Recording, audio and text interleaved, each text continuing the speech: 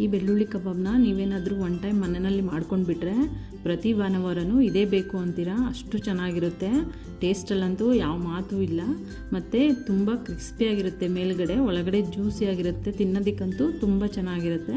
ನಾನು ಫಸ್ಟಿಗೆ ಇಲ್ಲಿ ಜಾರ್ಗೆ 2 ಇಂಚು ಶುಂಠಿ, 2 ಬೆಳ್ಳುಳ್ಳಿ, ಚಕ್ಕೆ ಮತ್ತು ಲವಂಗ ಮತ್ತು ಹಸಿರು ಮೆಣಸಿನ್ಕಾಯಿ ಖಾರಕ್ಕೆ ಒಂದು 6ರಿಂದ 7, ಮತ್ತು ಇದಕ್ಕೆ ಟೇಸ್ಟ್ ಕೊಡೋದೆ ಕರಿಬೇವು ಎಲ್ಲನೂ ಹಾಕ್ಕೊಂಡು ಸ್ವಲ್ಪ ನೀರು ಹಾಕ್ಕೊಂಡು ರುಬ್ಕೊಳ್ಳೋಣ.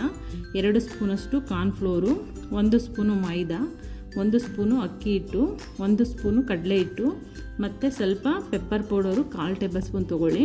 ಅರ್ಶಿನದ ಪುಡಿನೂ ಅಷ್ಟೇ 1/4 ಟೇಬಲ್ ಸ್ಪೂನು. ರುಚಿಗೆ ತಕ್ಕಷ್ಟು 1 ಟೇಬಲ್ ಸ್ಪೂನ್ ಉಪ್ಪು ಹಾಕ್ಕೊಂಡಿದ್ದೀನಿ. ಅದೆಲ್ಲದನ್ನು ಗ್ರೈಂಡ್ ಮಾಡ್ಕೊಂಡಿದ್ನಲ್ಲ ಅದನ್ನು ಸೇರಿಸ್ಕೊಂಡು ನಾನು ಕರ್ಡ್ ಹಾಕೋತಿದ್ದೀನಿ. 2 ಟೇಬಲ್ ಸ್ಪೂನಷ್ಟು ಗಟ್ಟಿ ಮೊಸರನ್ನ ಹಾಕ್ಕೊಂಡು ನೀಟಾಗಿ ಇದನ್ನು ಕೈಯಲ್ಲಿ ಮಿಕ್ಸ್ ಕೊಟ್ಕೋಬೇಕಾಗುತ್ತೆ. ನೋಡಿ, ಇದಕ್ಕೆ ಟೇಸ್ಟ್ ಕೊಡೋದೆ ಬೆಳ್ಳುಳ್ಳಿ ಕಬಾಬ್ಗೆ ನಾವೇನು ಪೇಸ್ಟ್ ಮಾಡ್ಕೊಂಡಿದ್ವಲ್ಲ ಅದು ತುಂಬ ಚೆನ್ನಾಗಿ ಟೇಸ್ಟ್ ಕೊಡುತ್ತೆ. ಕಲಿಸ್ತಿದ್ರೇ ನಮಗೆ ಘಮ ಘಮ ಬರ್ತಾ ಇರುತ್ತೆ. ಮತ್ತು ಅದ್ರ ಜೊತೆಗೆ 1 ಮೊಟ್ಟೆನ ನಾನು ಈಗ ಮಿಕ್ಸ್ ಮಾಡ್ಕೋತಾ ಇದ್ದೀನಿ. ಇದಕ್ಕೆ ಯಾವುದೇ ಥರ ನೀರನ್ನ ಯೂಸ್ ಮಾಡಬಾರ್ದು.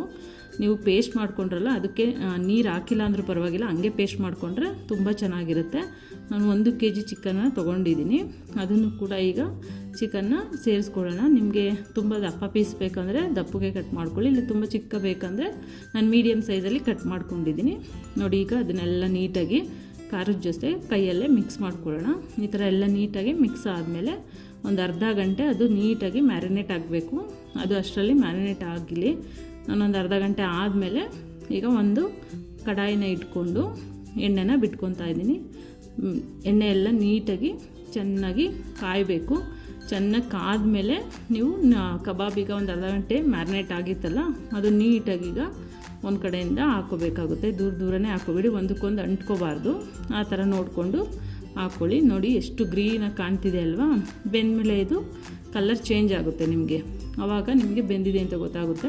ಈಗ ಒಂದು ಕಡೆಯಿಂದ ಇನ್ನೊಂದು ಕಡೆಗೆ ಅದನ್ನು ತಿರುಗಿಸ್ಕೋಬೇಕಾಗುತ್ತೆ. ನೋಡಿ, ಇವಾಗ ಬೆಂದಿದೆ ಅಲ್ವಾ, ಒಂದು ಕಡೆಯಿಂದ ಇನ್ನೊಂದು ಕಡೆಗೆ ತಿರುಗಿಸ್ಕೊಳ್ಳೋಣ. ಈ ಥರ ಆವಾಗವಾಗ ನೀವು ಕೈ ಆಡಿಸ್ಕೊತ ಬೇಯಿಸ್ಕೋಬೇಕಾಗುತ್ತೆ. ನೀವು ಒಂದೇ ಕಡೆ ಹಾಗೆ ಬಿಟ್ಬಿಟ್ರೆ ಅದು ಒಂದೇ ಕಡೆನೇ ಬೆಂದೋಗುತ್ತೆ, ಫುಲ್ ಕುಕ್ಕಾಗಿ ಹೋಗ್ಬಿಡುತ್ತೆ, ಚೆನ್ನಾಗಿರೋದಿಲ್ಲ. ನೋಡಿ, ಈ ಥರ ಕಲರ್ ಚೇಂಜ್ ಆಗೋವರೆಗೂ ಮೀಡಿಯಮ್ ಫ್ಲೇಮಲ್ಲಿ ಇಟ್ಕೊಳ್ಳಿ. ಫುಲ್ ಹೈ ಫ್ಲೇಮಲ್ಲಿ ಗ್ಯಾಸ್ ಇಟ್ಕೋಬೇಡಿ, ಮೀಡಿಯಮ್ ಫ್ಲೇಮಲ್ಲಿ ಇಟ್ಕೊಂಡು ಈ ಥರ ಬೇಯಿಸ್ಕೊಂಡ್ರೆ ನಿಮಗೆ ಬೆಳ್ಳುಳ್ಳಿ ಕಬಾಬು ನೋಡಿ ನೀಟಾಗಿ ಪರ್ಫೆಕ್ಟಾಗಿ ಈ ಥರ ರೆಡಿ ಆಗೋಗುತ್ತೆ. ಅದು ಲಾಸ್ಟಿಗೆ ಬೆಂದಿದೆ, ನಾವು ಇನ್ನೇನು ಎತ್ಕೊತೀವಿ ಕಬಾಬುನಾಗ ನಾವು ಕರಿಬೇವನ್ನ ಹಾಕೋಬೇಕು. ಈ ಥರ ಕರಿಬೇವು ಹಾಕೋದ್ರಿಂದ ಫ್ಲೇವರು ತುಂಬ ಚೆನ್ನಾಗಿ ಬರುತ್ತೆ. ನೀವು ಒಂದು ಸಲ ಈ ಟಿಪ್ನ ಟ್ರೈ ಮಾಡಿ ನೋಡಿ. ಇವಾಗೆಲ್ಲ ನೀಟಾಗಿ ಬೆಂದಿದೆ. ನಾನೀಗ ನೀಟಾಗಿ ಇನ್ನೊಂದಕ್ಕೆ ಶಿಫ್ಟ್ ಮಾಡ್ಕೋತಿದ್ದೀನಿ. ಈ ಥರ ಮಾಡ್ಕೊಳ್ಳೋದ್ರಿಂದ ಆಯಿಲೆಲ್ಲ ನೀಟಾಗಿ ಸೋರ್ಕೊಳ್ಳುತ್ತೆ. ನೋಡಿ, ಈಗ ಎಷ್ಟು ಚೆನ್ನಾಗಿದೆ ಅಲ್ವಾ.